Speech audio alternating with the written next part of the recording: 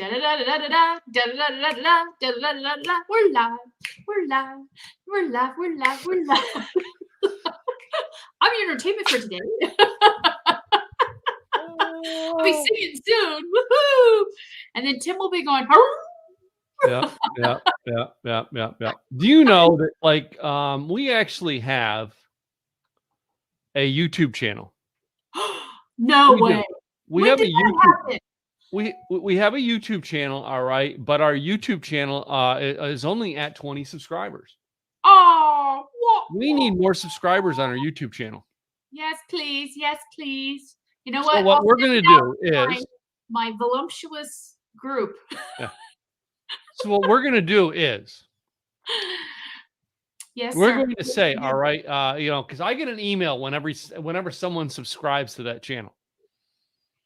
All right. And I have a way of counting who's number 11, who's number 12, who's number, I can count all the way up to 100.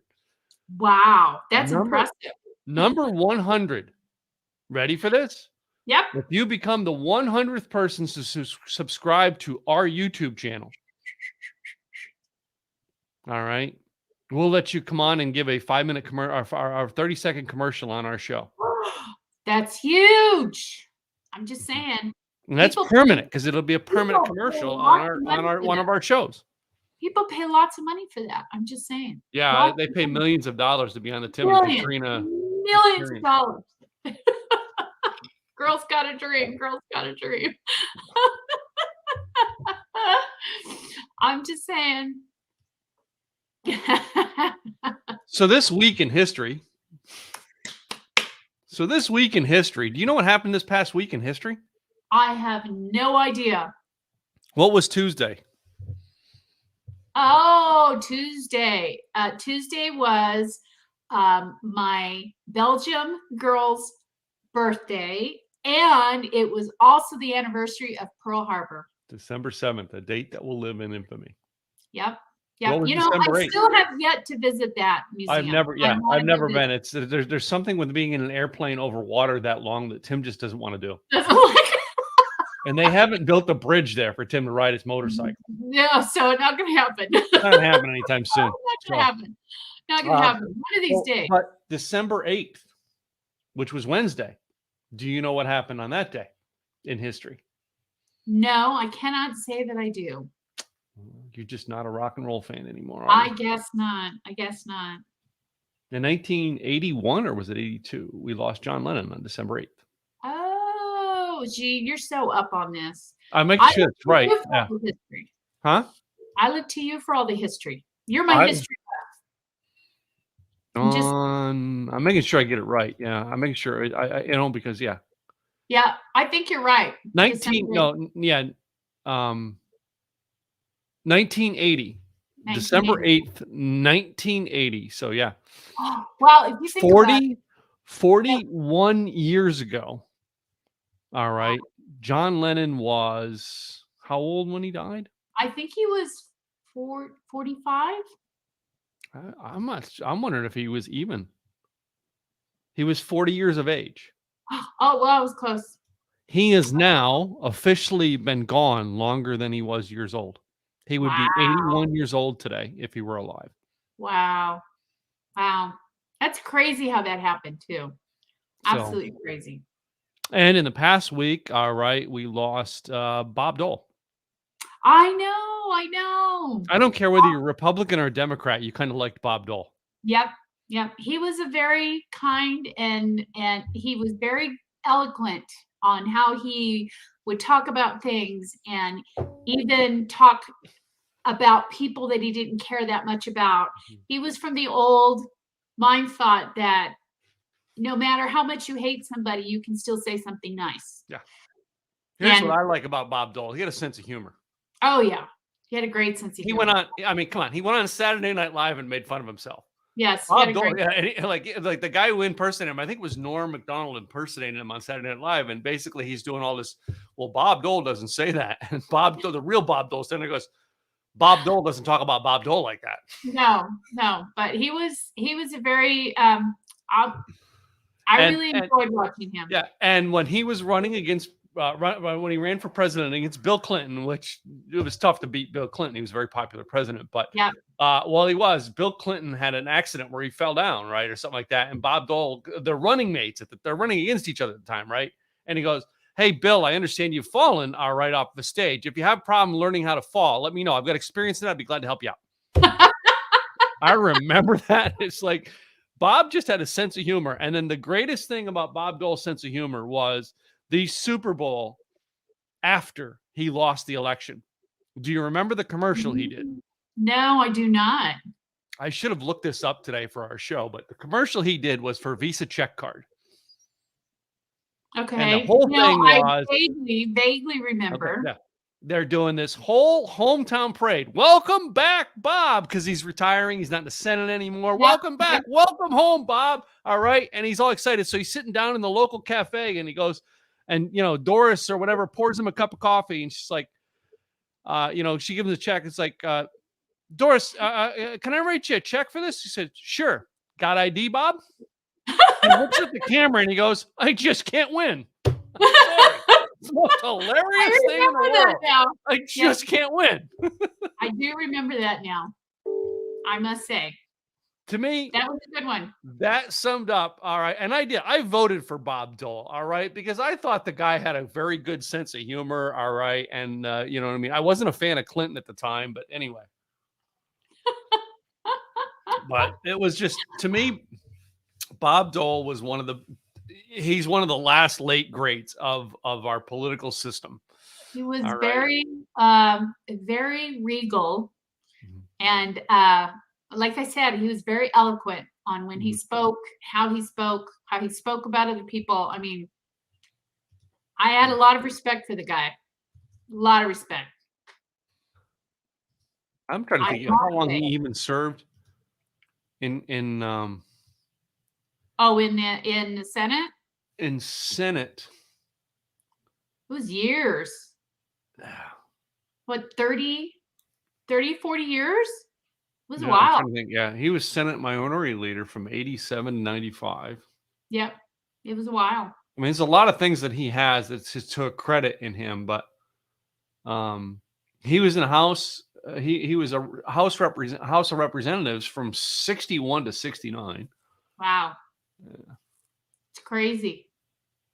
He was in public office from 1951 until he retired in 96. Yeah. Holy crap. That's a long time, man. It's a long time. It's a long time to have any job, any position. It's almost like, Ted Kennedy, who I think died there. Yeah. Yep. Pretty much. I think all the Kennedys did to a certain degree. I was never a fan of the Kennedys. You know what, though? I have to say the Kennedys really fascinated me. Just because of their background and their dad and everything. You heard about what was it? The curse of the Kennedys is what they called it, where they lost a lot of kids over the years and they called it the Kennedy curse. And believe it or not, my husband and I went out to, excuse me. We went out to Concord and Boston, and there's a place, and I think it was Princeton Town or something of that nature. It was all the way at the end of the bluff. I can't remember the name of it now. And there we ran into this woman that we were talking to. She grew up with the Kennedys, and her husband was a senator. And she was telling us, just like we all knew, she said there was the law for everyone else, and then there was the Kennedy law. Yeah. And she said the kids got in trouble all the time, but really never got in trouble like the rest of them. So, but she was very kind. She didn't say mean things about him. She just said there was just the Kennedy laws and everyone else's laws. And that was as far as she went. She didn't say anything else, and she grew up with them. Mm-hmm. So I thought that was, what an honor to meet somebody that actually was part of history to a certain degree, if you think about it, right? Yep. Providencetown. Thank you. Yeah, it was the very, very flipped end of. Yes. of Massachusetts. Massachusetts, which was interesting because there's two ways to get in there. There's one that goes along the coast, and then there's one that's a straight shot. And the one that's a straight shot that we went on, because we didn't realize the one along the coast goes to Princetown. It ends up there. And when we got out, the main road in Orleans drops down to a smaller road, and it Yep. goes all the way around. Yep. But truthfully, what I've learned when I lived in Massachusetts is the fastest way to get to anything out there is going to Boston, grab the Provincetown ferry. It's quicker. Oh, yeah. Well, we didn't know that much. We were out visiting because we were out there for a wedding that was taking place in Burroughs. I think it was called Borough. And we'd never been to Boston or Massachusetts, and we'd never been there. So it was very entertaining, very educational. I loved the history, and I'm not a big history buff, but I absolutely love the history that was there that we experienced while we were there. We did the Freedom Walk. Mm-hmm. Have you ever done the Freedom Walk? No, I've not. Oh my God. It's a guy takes your, I should say, not a guy, your tour guide goes in. He picks a person from that time, and then he dresses up and he acts like that person and takes on that persona. And then he takes you through the whole town, showing you the history of this happened here, this happened there, this happened there. I was just fascinating. Absolutely loved it. And I'm not a big history buff, but loved that. The only history buff I was about downtown Boston was going through. Well, my daughter was born in downtown Boston, but going through like what is it? I walked through the area where what's the baseball? Red Sox area. Red Sox. I'm trying to think of the name of the baseball team. Yep. Where that is like, I think it's that between that one and Chicago are two of the oldest baseball stadiums in America, and they're like the original baseball before the mega stadiums. Yeah. Yep. Ballparks. Yep. It's amazing. So, yeah. Amazing. Anyway, but I haven't been in downtown Boston since my daughter was born, and that would have been 1988. Wow. That's a long time. Now, I've been through Massachusetts and New Hampshire. I just haven't been to downtown Boston. My wife has. My wife was downtown Boston just like a month ago. This year. I like downtown Boston. They have a lot of stuff down there. Yeah. It's very cool. So much history. Like I said, I was just blown away with all the history there that I had not realized happened and took place. Even Mother Goose's grave, the original Mother Goose's grave, is there in the same graveyard as Benjamin Franklin. And I think some of his family is buried there too. Benjamin Franklin and one other senator, I think it is. It's one of the oldest cemeteries in the United States.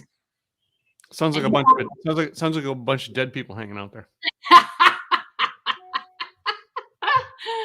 No, She's it was fun. Ass, I'll tell you. I know. There's one in every crowd. One in every crowd.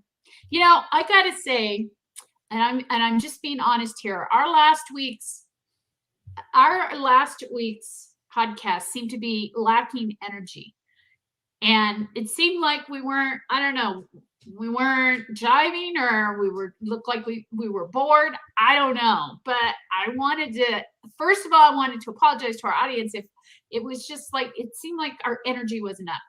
And I know you as a podcaster, and when you're doing podcasts, isn't it one of the biggest things, at least it's one of my pet peeves, is when you're watching somebody and they're just, hi, my name is Katrina Garcia, and I do blah, blah, blah, blah. And I'm here to entertain and wow. And can I give you the secrets on how to make it better? You need to entertain, right? No, I'll give you the secrets on how to make it better. You ready? All right. How to get your energy up on a podcast. You ready? I'm gonna tell you. I'm gonna show you. You ready? Okay. Show me. Watch. See? It seems like I'm shrinking, doesn't it? It looks like I'm shrinking. But your desk is going down. I have a stand-up desk. And one of the ways to raise your energy on a podcast is to stand up while you do your podcast. Yep. I agree. You know, and I truthfully, I know like our friend Craig Duswall, all right, he does like these interview shows and stuff like that where they all seat behind a desk. That's one of the reasons why I've never done the podcasts on a lot of those studios, because you sit behind a desk and it stops your energy out. Yeah, I agree. Totally agree. But I mean, there are a lot of things you can do though to get your energy up, even when you're sitting, because some of us are in temporary quarters and don't have the opportunity to have that rising desk. Life's temporary. Wait a minute. Life is temporary quarters. We have no rising desk at this moment in time. But here's the thing: I'll there's a send lot you of an people affiliate link to buy one. starting. Well, there's still a lot of people that are just starting, may not have the funds to do that, but you still got to get your energy up. So the way I think, and I'm, do some jumping jacks, start jumping up and down, something. But people want to see entertainment, whether that be with your hands or whatever. They want to see you're engaged, that you're here, you're excited to see your audience, you're excited to be here, instead of, this is scripted. I'm going to read the script verbatim. Hold on. I'm looking at my script right now. I can't see that one where it's like, and a lot of it's scripted, right? I mean, if you think about it, a lot of podcasters script their podcast, and you can see them reading their script. And that's the one no. Don't you agree? Yeah. That's the one thing we shouldn't be doing, is scripting our podcast. We should really know our topics, right? We should. I love, personally, this is why I do interviews. All right. So number one, the whole idea of doing interviews on a podcast is it's all about the moment of the time. So you tell me something about you, personal life, that I didn't know. All right. And it's a shocking relevant.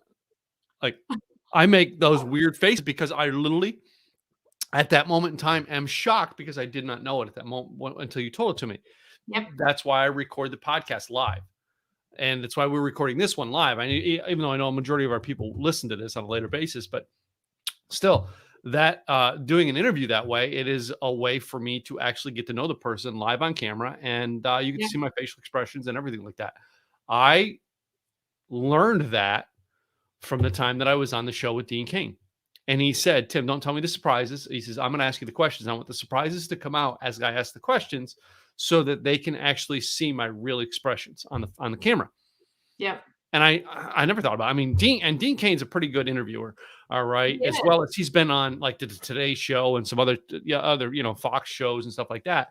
And he's really good at it because he's perfected that idea of connecting with people over the camera. So, and then the more I researched into it, I realized that Larry King had never did pre-show prep for his interviews. Really? Yeah, he just put people on camera and talked to them. And just winged it. Not winged it, but I mean, he had an idea who the person was when they came on camera. Well, I'm sure but he did not sit there and come out with the scripted questions. No. Now, the model that I've seen with, I've seen Craig do it. I've seen a couple other people. The model of actually people doing, this idea with this, this scripted questions is like, you give the 10 questions in, and then they're asked the same 10 questions. Yeah. And if you go watch this person, it's 10 different people on 10 different interviews asking the same 10 questions. Yeah.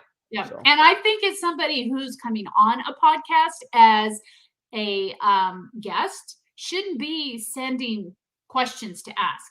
It should be up to the podcast. If the podcast host is really good at what they're doing, they can come up with the questions. They shouldn't have to say, okay, send me 10 questions. I'll ask those to you while you're on the show. So what do you want to tell the audience or whatever? I think, and I used to think that it had to be scripted. And for a lot of times I didn't do video because I felt like it had to be scripted.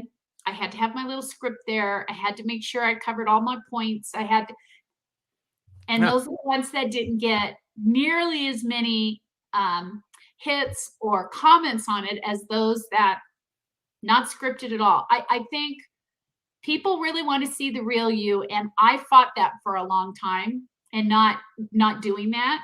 They want to see the personal you, the person who's behind that brand, and I think that was really hard for me up front, because I wanted to always come across professional and not, even as women, I mean, it's hard for us because we got to have makeup on, we got to have the hair done, and there were times that I did videos. There were times I did videos and I had no makeup on or anything, and those got better reviews than the ones when I was all made up. So So I posted our show all right today on Facebook, and a friend of mine on Facebook on my Facebook wall, not on our business page, but on our Facebook wall, he actually wrote, "I missed the because the picture of me with long hair. I missed bring the long hair back." So I actually like the short hair. I I know think I went and got a cut this week, and she cut it too short, and I'm like, I really hate it. But now it's got to grow back. no, I like the short cut. I think I it hate makes this is me too look short. This is too well, short. maybe, but I like the shortcut. Yeah. I think it looks good on you. I mean, ask the audience. Don't you think it looks?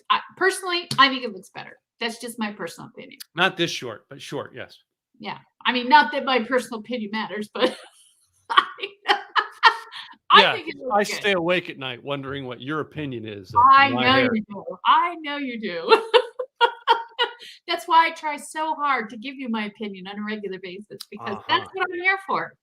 And that But is why I mean, that is let me why I ask created a you. podcast with you, so that I can hit your compliments on my hair every week. So let me ask you though. I mean, you're the podcaster. Yeah. What do you think makes a really good podcast? What do people have to do to really make it entertaining for people to look I at it? personally recommend drinking alcohol while on camera. All right, that's entertaining.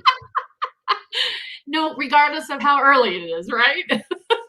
Well, no, we wait till 6 o'clock. We wait till 6 p.m. Dallas time. I know it's 4 p.m. in Oregon when Gladys is on, but hey, it's 5 o'clock here. It counts. Yeah. I watched a couple of them. Those are pretty good. Not bad. Doing your I know. Wait till this week when you see what we do this week. Bringing your drink on, huh? Sorry. Yeah, this week. Yeah, I'm not going to reveal, but yeah, we're having a pretty interesting. We're gonna have one of those entertaining ones. So, what I've done though to seriously, what I've done to bring my energy up when I do my podcast is, in the last couple of weeks I've been pretty busy. All right, getting stuff done. But before that, like on my weeks where I was slower, I take that 15 minutes before the podcast and I play some music videos, some upbeat songs. All right. So some of the songs I play is Renegade from Styx. I usually put the YouTube video on and watch it. All right. And it kind of pumps me up. Well, I've been known to use, I've used, some Van Halen songs that I love. Queen. All right. Stuff like that. It's kind of a pump me up type thing that gets you in a little higher energy. All right. Before you click the camera on.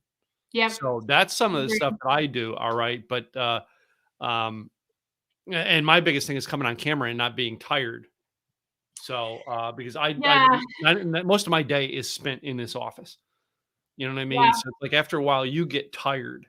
Yep. And most of my interviews are between 1:30 and 3:00 p.m. Central Time. So that afternoon lull is always something that pops me down, that I've got to come up with something to raise myself up.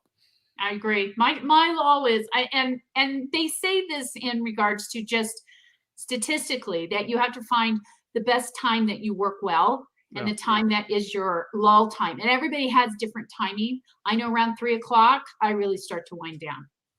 My energy level is low. I have a really hard time looking at the computer screen and keeping on task and so forth. But when it's earlier and so forth, I'm good. Things are rocking. My brain is jiving and the synapses are just, but 3:00 comes around, it's like wah wah wah. Do you put but throughout your day, do you put intermittent breaks in your day? I do. I get up, I walk around, I go get a glass of water, I get a snack, something, because I need to get my energy going. So I'll get up and do that. So that way I can. And the other thing too is I try my best to go walking every morning. Doesn't always happen, but I try my best. And if not, then I try and go later in the afternoon. But at least I find it truly helps me get really in that creative mood, and it helps me think better and do better work when I do that than when I don't. Mm-hmm. But I think, everybody's different in regards to that. But I mean, that's what kind of gets my energy going and so forth. Yeah. I remember early on during the pandemic, my wife was here. We would take I think it was 2:00 every day. We just took off and walked around the complex twice. The problem is I'm on the HOA board, and every time I walk around the condo complex, everybody stops me. Hey, can you get my plumbing fixed? Hey, can you? I'm like, dude, it's you. You own your own place. Fix the plumbing. Yeah, you got to Your deal own with house, that. dude. Yeah. You know No, what I mean? Well, how come I can't get this fixed? Well, talk to your landlord because you're in a rented unit, all right, and your landlord's supposed to fix that, not you. Yeah, I'm surprised they reelected me a second time. I was Uh, going to say, here's the thought: just don't run. Don't be on the board anymore. So that if they stop you, sorry, not on the board anymore. You're going to have to ask Gladys or somebody else. yeah, I just. um, No, I think what are the well, no, I'll stay on the board because there's just I'm like one of the reasonable things on the board. I am the only man on our board right now, so that does Whoa, whoa, whoa, whoa, it whoa, does whoa, keep whoa, whoa, whoa, whoa. no it does give a Two balance. people, one on the board, and you're the only man on the board. What does that say about your board? That it's run by women. And so, because it's run by women, the only reasonable one on the board is the man. No, I'm not saying I'm the only reasonable one. I'm just saying it's a balance of reason. Oh, okay. So yeah, so what that means is I believe always, you know what I mean, you should have a balance because if you have all men or all women, it's a bad thing. I agree. I'm I agree. sorry, Gotta any have that board. balance That's just an opinion of mine because women to a are more certain degree. emotional I and guys agree. are more logical. And when you put a balance of those two together, you will get better results. I've I always agree. believed that. I always will believe that. I agree. Yeah, But then there are also groups out there that are networking groups that are all women or all I know. men, which I is know. There's sad to a ton me of all because women networking groups that you know what I mean. That well, we can't have you speak because you're a man. Okay, great. But then when I have the women in that group come up and go, "Hey, can I get your help?" I'm sorry, you're an all women's group. You don't need my help. yeah, And they get upset with me. I'm like, well, I'm sorry. I offered to come in and help you. Well, all right. right, but you don't want male speakers because I'm a man. Yeah. Well, if I can't speak to your group, then I can't help you in business. I'm sorry. That's just the way it is. All right. If you're gonna exclude, like I would never exclude women from my help, right? Because there's times I'm gonna need a woman's help. So I would never create an all men's type thing because it doesn't work. Now, is there all men type exercises or all women type exercises? Yes. But when it Yeah. comes to a business networking group, if I go to an all men's all men's business networking group, all right, and I'm sorry, we can't bring any women in. And all of a sudden, this one woman has something we all need to learn, and we can't bring her in because she's a speaker teaching all women. I'm sorry, that's that in today's society, that'll be a thrown out. But Yeah. the reverse is okay. We can do all women's group and exclude men, and it's no problem. So there's a balance being missed there. Well, and if you think about the history of groups Mhm. that started, the majority of them were men. Yeah. Men groups that women weren't allowed to be a part of or even come in the door. And Mhm. so and there are still groups out there that are still fighting that piece and stating that nope, no women allowed, only men's group. And I personally think there is a place and time for just a men's group and just a women's group. There's a place and time for that. But when it comes to networking and so forth, I think it's really beneficial to have both in the room. And I Oh agree yeah, with here in the Dallas area, we have Success North Dallas, which is Bill Wallace. yeah. Both Craig and I are members of it. I think Tony's joining as well now. All right, and he in the 1980s started out that group with the intention of being 50% women. In the 1980s in Dallas, That's pretty fun. that was out there back in Dallas. Yeah. And um, there is a point in time where I do think certain things could be all men and all women, and that goes back to my church background. An all men's Bible study and an all women's Bible study, I'm all for them. Why?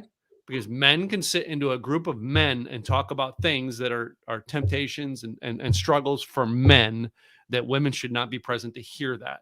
Oh, I And there agree are with that. women, all right, who need to talk about things that men should Men not should be not be a present to part hear. of. And I that's the agree with place that. for that, right? I agree with But that. when There's it comes like to I said, business a place networking, I'm sorry, nowadays business world, all right, and I don't want to play it. You know what I mean? You need all kinds of diversity. You need to have the black in there. You have the transgender, the gays. No, business is business, and anybody can start a business. And the more you can be around a group of successful business people, no matter who they are, whether they're black, white, green, Asian, all right, African, another green New person. Mexico, or Texan. The great state of New Mexico.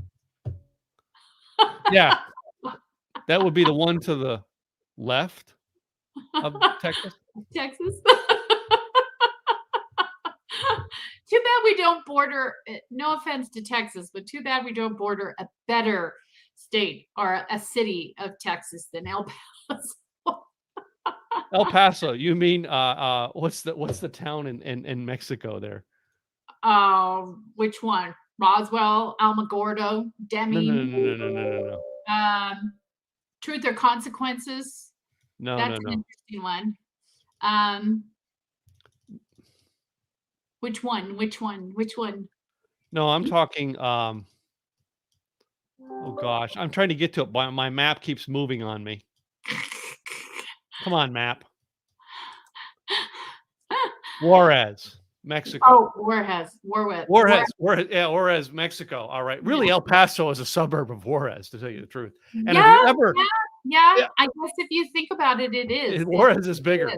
And It is. here's the funny thing. Here's the funny thing. Not to get into politics or anything, but here's the interesting thing: is a lot of people felt when I was stating that I was moving to New Mexico, the first thing that came out of their mouth is, "Oh my God, there's a lot of illegals that come there." The majority of them come, believe it or not, through California and Texas. And they get out as fast as they can and go to God. some other state. I know. I did read very interesting statistics because I was going in and making the changes for my business from California over to New Mexico. Yeah. In California, just in this month, they, believe it or not, they have it on there. They lost 390 businesses just in the month of December that moved out. And throughout the whole year so far, it's been 3,900 and something that they've lost in regards to businesses that have moved out of the state of California to somewhere else. See, we have a plan here in Texas. We were hoping you all keep moving here because we're going to go take over California. All right. And we're going to run it right. Yeah, we'll see. Just like we've been running Texas. All right. Right. All right. And if you don't think it's right, if you don't think Texas is running right, then why are you coming here? That remains. I didn't come to Texas. I didn't. I know some people did, but I didn't. Yeah, we know because you're only half right. I'm the only. See, you don't go where everyone else is going. You go the opposite direction. No, the truth is you go to. I came to Texas 22 years ago, 23 years ago now. This month. Wow. This month in 1998, like In this December. weekend in 1998 is when I came to Texas. All right. Long before y'all came here, I was here. All right. You know, Yeah. I have a friend in LA. Her name is Kat Slater. Kat and I used to always talk. She used to always tell me all the people in LA who used to complain about it being so crowded in LA. And she says, well, why'd you come here? Yeah. Because she grew up there. I grew up there too. Yeah. No. And She grew up people in would like and all the people who come to LA. She was like, I was born here. So here's a funny story. When I was a teenager, I was about 16. And at that time in the 80s, a lot of people were making transition from California as well. And a lot of them went to Colorado. So we were in Colorado and then we moved back to California. I was there for like 10 years and we moved back. And I still have my Colorado license plate on it. And this guy walks by and he says, why don't you go back to Colorado where you belong? And I looked at him, I said, I was born and raised in California. Where were you born and raised? Ohio. Yeah. So maybe you should go back to where. Shut up, fool. I'll come back to Go where back I to belong. Ohio. I believe they even wrote a song about that. Yep. So, and he, boy, did he have a surprised look on his face like, oh, okay. I said that to the wrong person. I guess I stepped in some shit there. Yep. And I will never say that in Las Cruces. I will never say to somebody, why don't you go back home? Because everybody I think it's great that people are moving around and going out and investigating these new areas because I think it shakes things up. It shakes up your mindset. It shakes up your life. It shakes up your business. It makes you look at things in a totally different light. Mm-hmm. And it gives you a totally different perspective when you move to a new location altogether. And I mean state, not just from one county to another, but a whole new location. I have to say, it's a good thing sometimes to mix things up. Very good thing, especially for business. Although I must say, the hardest part, and anybody out there watching this, you can help me out here. I'm having a hard time finding networking groups out here. There's not a lot of them to be found. That's why the people came to Texas, where all the networking is. Nah, I'm still okay. I can start my own, but I'm just saying there's not a lot out here in regards to that because there's There's a reason for that. There's more Californians moving out here now. I didn't hear that. Again, I'm trying to start a networking book. There's nobody here. There's more Californians coming here. That's why there's no networking there. Just saying. So I'll probably be starting something, but there's not a lot of entrepreneurs out here. Most people are working for other businesses. So it's a whole new ball game. Plus, it's a whole new opportunity there's not a lot of competition either. Just saying. Yeah, I lived in a town like that. You know what we called it? BFE? Backwoods, Pennsylvania. Yeah. BWP. You've really gotten around. Pennsylvania, Massachusetts, New Hampshire, Florida, Texas. Texas, Florida. Where else? Texas. Well, yeah, I lived now in Texas 23 years, but I've actually spent time in Florida. I really never did have a residence there in Florida, but I spent time there. I lived and had a residence in Massachusetts, Pennsylvania, and New Hampshire. Okay. You've got, ladies and gentlemen, you've heard it here. Almost Tim bought a residence in California, but I got smart. Tim gets around. I'm just saying. But you've heard it here. First time. Tim gets around. Yep. Tim does. You know what time it is? What time is it? It's tip time. Tip time? Tip time.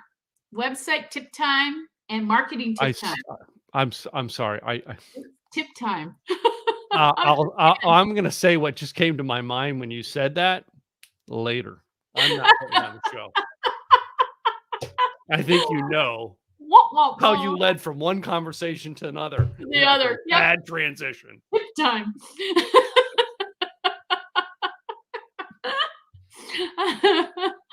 I was looking at the clock. I'm being conscious of time. Oh, yeah. A clock. Yeah. Boy, that would be a good thing to have on a podcast, huh? Clock. I mean, conscious of time. And if you notice, my lighting comes in really well, and then it gets darker, and it comes in really well because it's storming outside, and the clouds are coming in. You're not supposed to go in and out of the camera like that. Yeah, just like, oh. So my lighting is not the best today. I'm just saying. Keeps going in and out. Are you saying that you've been in a better light? We'll talk about that next week. That's my segue. How's that, Mr. Tim? So, tip of the week. Here's my tip of the week. It's more of a gripe than it is a tip, but it's still a tip. It drives me nuts when people say that they talk to a salesman that's for those all-in-one, and I won't mention names, and they tell them, you don't need a website. All you need is a sales page.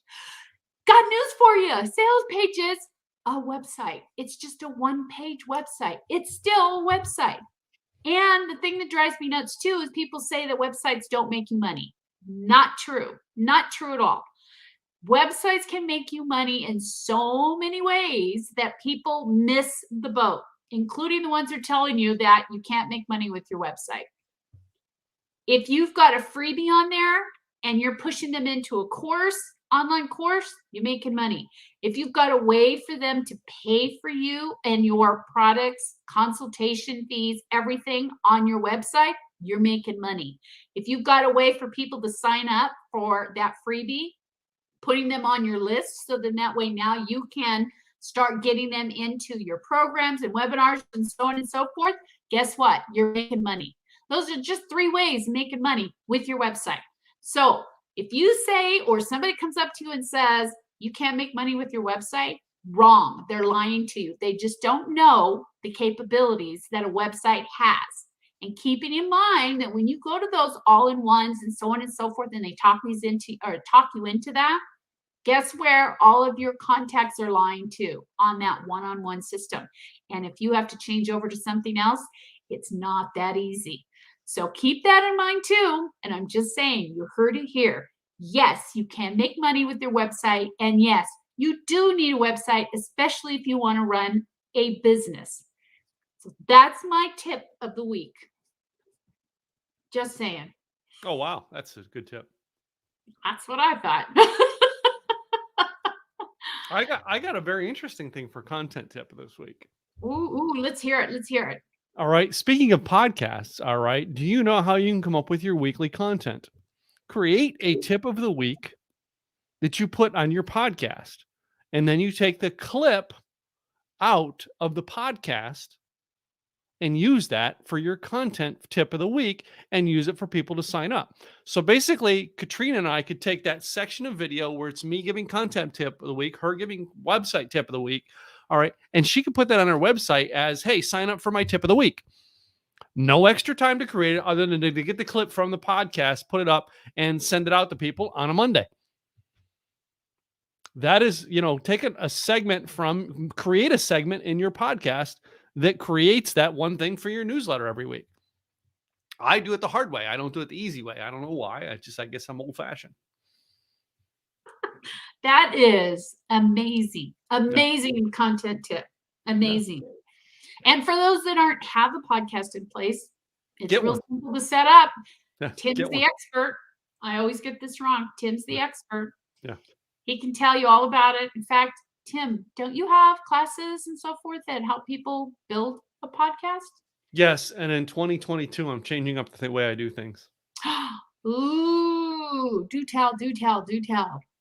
So I'm putting 3 different levels to what I do. Number 1 level is, for like freebies. I'm doing freebies for getting in. I really don't care. After that, I'm trying to get you into what's the simple, easy content.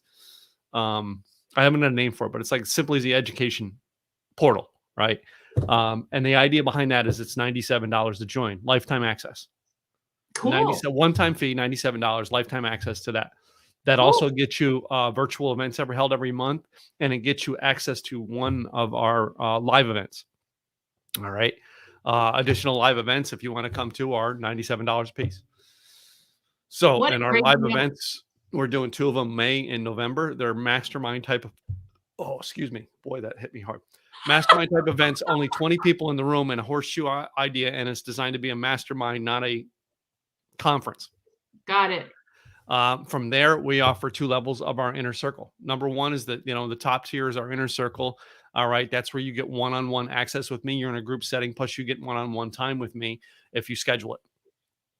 The second thing is a broken down version. That's just a group. All right. And that's just a weekly call. All right. Plus access to all the stuff we have.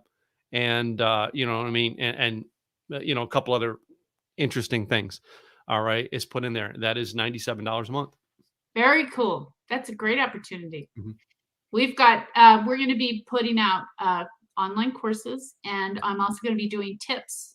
Mm-hmm. Live tips on Facebook that are just simple tips to help you with your website content and all kinds of stuff. So keep an eye out for both of us, because we have so much to share with you in the coming years. Hello, Lynn. How are you? Lynn's like the queen of like joint podcasts. Like, she has 1 million people. She's like, and I'm doing a show with, I'm surprised she's not doing a show with Katrina Garcia yet. I'm shocked. Call me, Lynn. We'll talk. So one of these days, Lynn's going to go to timgillette.com/podcast interview and get on my podcast. And then I'll be able to hold it over her head that I've not been on her podcast. But until then, we're just sitting here talking about being on each other's podcast. Lynn has got some awesome shows. She does several shows, and I've been a fan. I've been a fan of some of the stuff she's been doing for, I want to say it's close to 2-3 years now. So she's very dynamic in what she does, and she's awesome. Very cool. I think she was doing a show the same time as us on Friday, and I felt bad going, oh my God, I'm going to have I'm going to do a show at the same time Lynn's doing, but that was the time slot you and I had available. So yeah, I know. Sorry, Lynn. So she's just all right. Thank you, Lynn. We love you. Yay. Thanks for coming by, Lynn. We love you. Thanks for joining. Thank you. So, but yeah, there's great people out there. I mean, I've had a lot of people who said, "Yeah, I want you on my podcast," and then like something comes Cricket, up and I never hear from them. Yeah, okay. cricket, cricket. I'm not worried about it. I don't care. I do it the easy way. I have somebody else do the podcast, and then I'm just the guest on that podcast or Yeah, yeah. co-part. I let the other person do I all the run work. 4 podcasts. One with Katrina. Yeah, she's over here. I Uh, know it. I know. Yeah, one with Katrina. All right. One with Gladys on Monday nights. Then I do my Tim Gillette show interviewing. And then the fourth one I do is just a simple, easy marketing podcast, which just a tip of the week. All right. And, you know what I mean? And I haven't done that one in a while. I got to start that one back up. But, you know, I have people all the time. Hey, we should do a podcast together. Yeah. Okay. We did it. We talked Yeah. about it. Once Tim, well, We did that's it. the thing is, you know, someone's asking like, you know, what, truthfully, over the past 2 years, my investment company has grown. All right. And it's just, I'm about to take my investment company past what my coaching business does. That happens. It puts a whole different dynamic into my world. Yeah.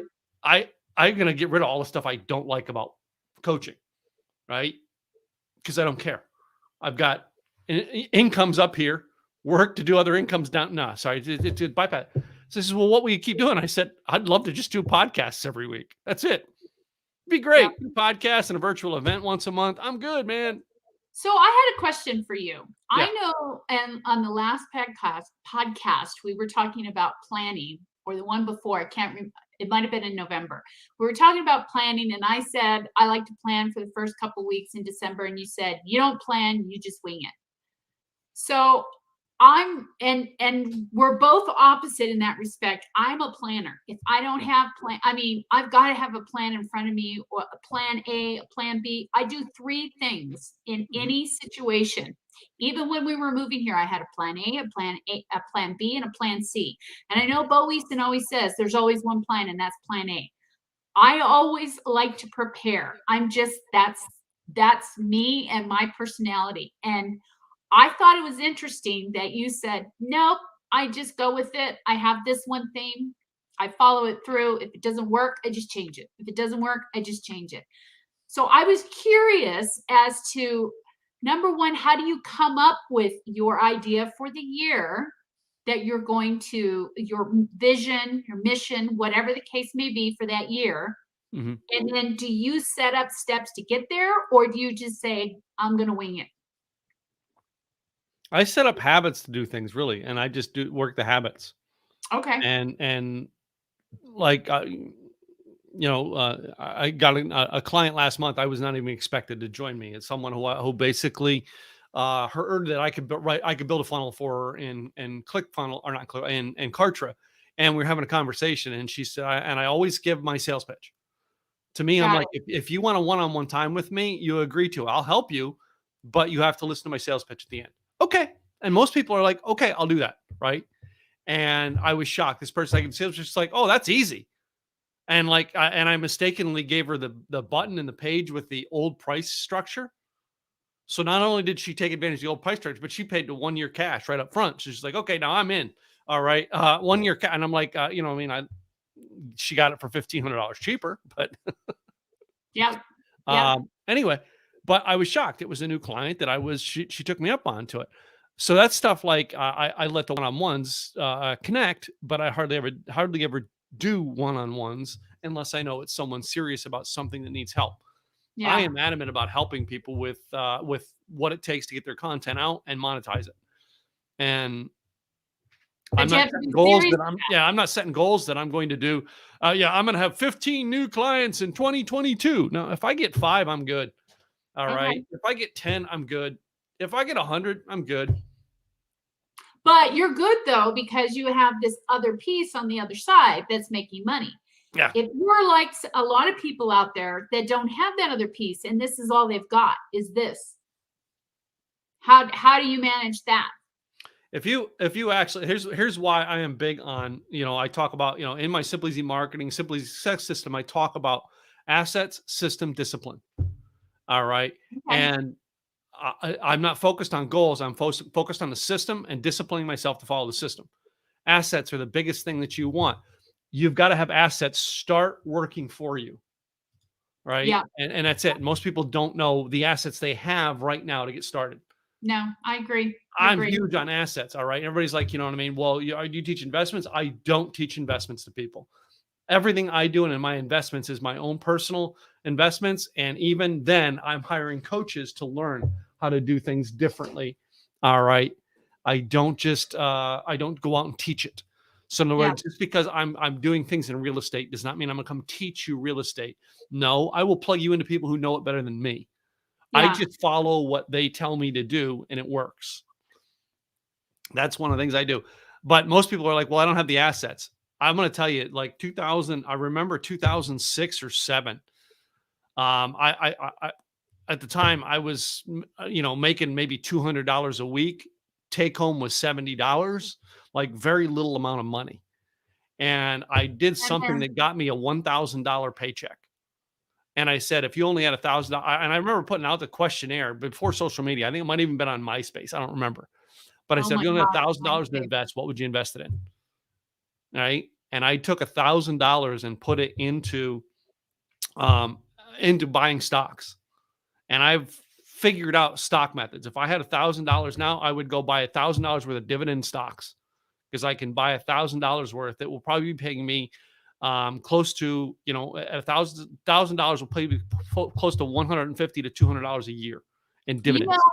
that's one thing that I've always wanted to do is play the stocks, but I haven't gone in and investigated enough Mhm. or educated myself enough to feel comfortable doing it. But I know a lot of people do really well with the stocks Mhm. and they watch. And I know the main thing is you sell high, buy low. And I know that to a certain degree. No. And aren't some of them you have to hold on to them for a certain period of time? I mean, I'm just going off of stuff that people have Yeah, said. I buy stocks for the dividends. In the beginning, I would have thought that was true, but Ah, you can't. Here's the thing with the stock market.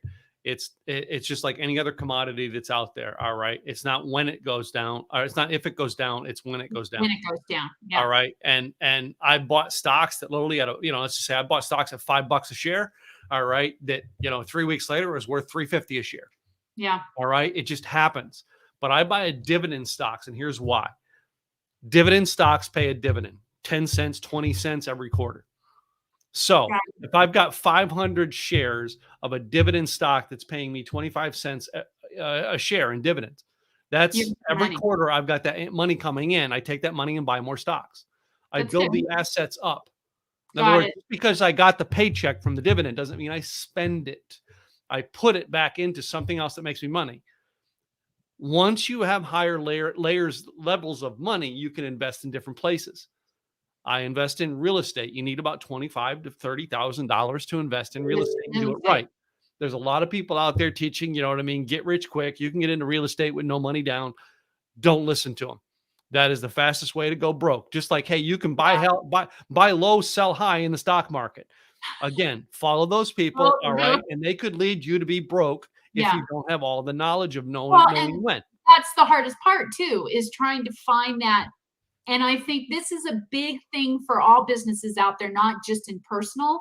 There is so much information out there that it's disinformation. It's too much. And people will grasp onto this and they start doing that thinking, well, that person must be successful, but they're not getting anything back in return for their money and their effort. So then they go over here and they work on this, and then they're not getting anything. And then they go over here and they work, and then after a while, they're so broke, they're like, I'm done. I'm not following Yeah, anybody. I did this, and it made me no money. I yeah, mean, that kind of ties into, I think that so many of us have so much information that instead of going into, okay, these are the things I need to work on and these are the things I need to get in place, we get too bombarded with all of this and we do the squirrel moment, as we all do. Oops, mhm, squirrel, I can make money over there. Oops, squirrel, I can make money over there.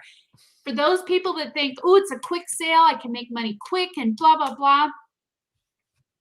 Some things are quick and some things aren't. But 9 times out of 10 that I've found, you have to put work into it to get that money and get that return. Don't you agree in a lot of respects? But when it comes to stocks, that's a totally different ball game. Don't you agree on that? Yeah.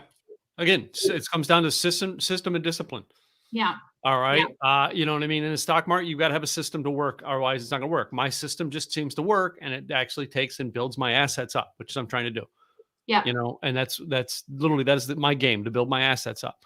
I started with a borrowed money in 2009, and my borrowed money is, I ended up owning, a $250,000 in real estate with borrowed money. All right. It took me time to get it all paid off and worthwhile. But basically, I put the money down, which got me into a loan, which got a renter, which was paying off. It still was work because every now and then things would go wrong.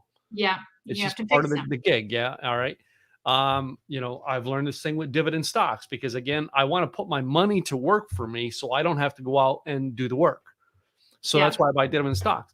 I took $1,000 out of my one stock account when Sarah went with her Tennessee project and put $1,000 into Sarah's project. Will I get that money back? I don't know. There's a chance I'm going to double my money. There's a chance I won't. I don't know. You will. But It will. I'm pretty sure I will. It's why I went with that.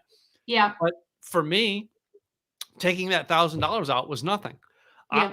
I have people who look at me and go, "Man, you seem pretty wise in investing," who like have tons of money that took years to build something, and they're coming, "Well, how do you do it?" I'm like, "Well, let me plug you into the people who helped me. I'm Mhm. not going to teach it to you. I'm No. not teaching you real estate because, to tell you the truth, I'm an amateur in real estate. I really am an amateur in real estate. I know people who are much better at it and are much more successful at it. But I also know people who are, we have friends, you and I have friends, that I would not go follow their path because their path is mainly teaching, not doing.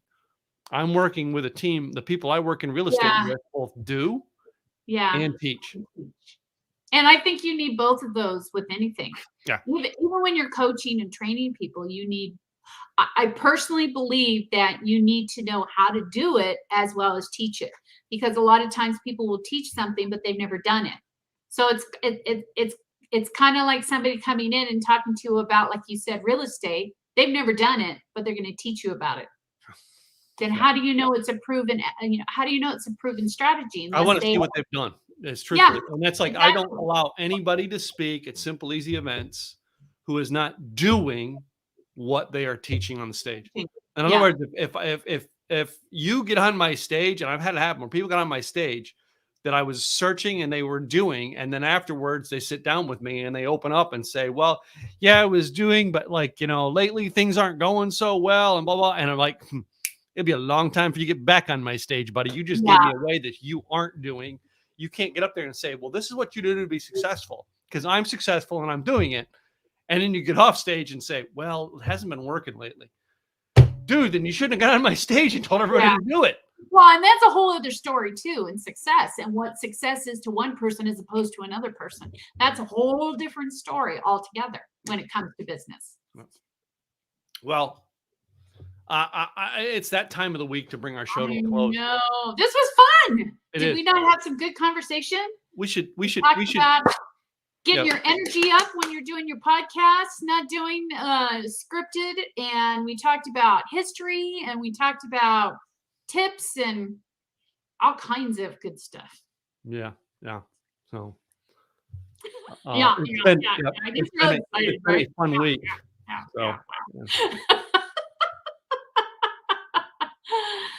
And to those that joined us, I want to thank you, because I really enjoy seeing your comments and that you've been coming along with us. I totally appreciate it. Read that real quick. I can't do that. What do you mean you can't do something? I have, I can't. So. Oh no! You know what that means? We're on next week. Oh no! You know what that means? That means. Wait a minute. That means that this is our last broadcast before Christmas. I know. Oh my gosh. Well, our last one will be on the 31st, because the next one after that's the 24th. Yeah, Christmas Eve is the 24th, and then the 31st. I mean, do you want to do one New Year's Eve? I'll do one New Year's Eve if you want. You know what? let's do this. Let's say this is our last one for the year of 2021, and that we will come back stronger and even better content for you in 2022. How's that? Yeah, Like it? I like that. Yay! Just be sure to join us and make sure that you also go in and subscribe to our YouTube channel, and I'll send that across to my group too. That's all we need. Yep. Yay! Anyway, it's been a great guys. It's been a great 2021. All right, we will come back. We'll see you guys in the next year and have a great show. We'll continue on almost every week basis. Unless we have conflicts, we will skip a week. It just happens. But thanks for joining us. Yep. All right, guys. Ta-ta! Bye. Next year.